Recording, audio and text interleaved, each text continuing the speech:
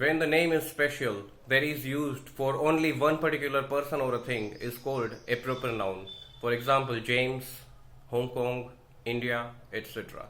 But when the name is general, that is common to any person, any or every person or thing, is called a common noun.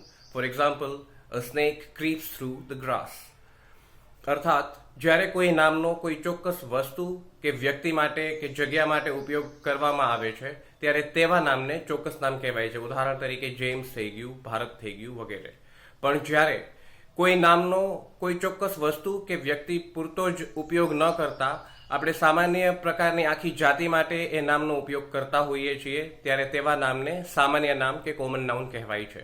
ઉદાહરણ તરીકે એક સાપ ઘાસમાં થઈને નીકળ્યો, તો અહીંયા સાપ છે એ તમામ પ્રકારના સાપને રિપ્રેઝેન્ટ કરે છે, દર્શાવે છે. પછી તે કાળો સાપ થઈ ગયો, લીલો સાપ થઈ ગયો કે પીળો સાપ થઈ ગયો, તો આવા નામોને સામાન્ય નામો કહેવાય છે.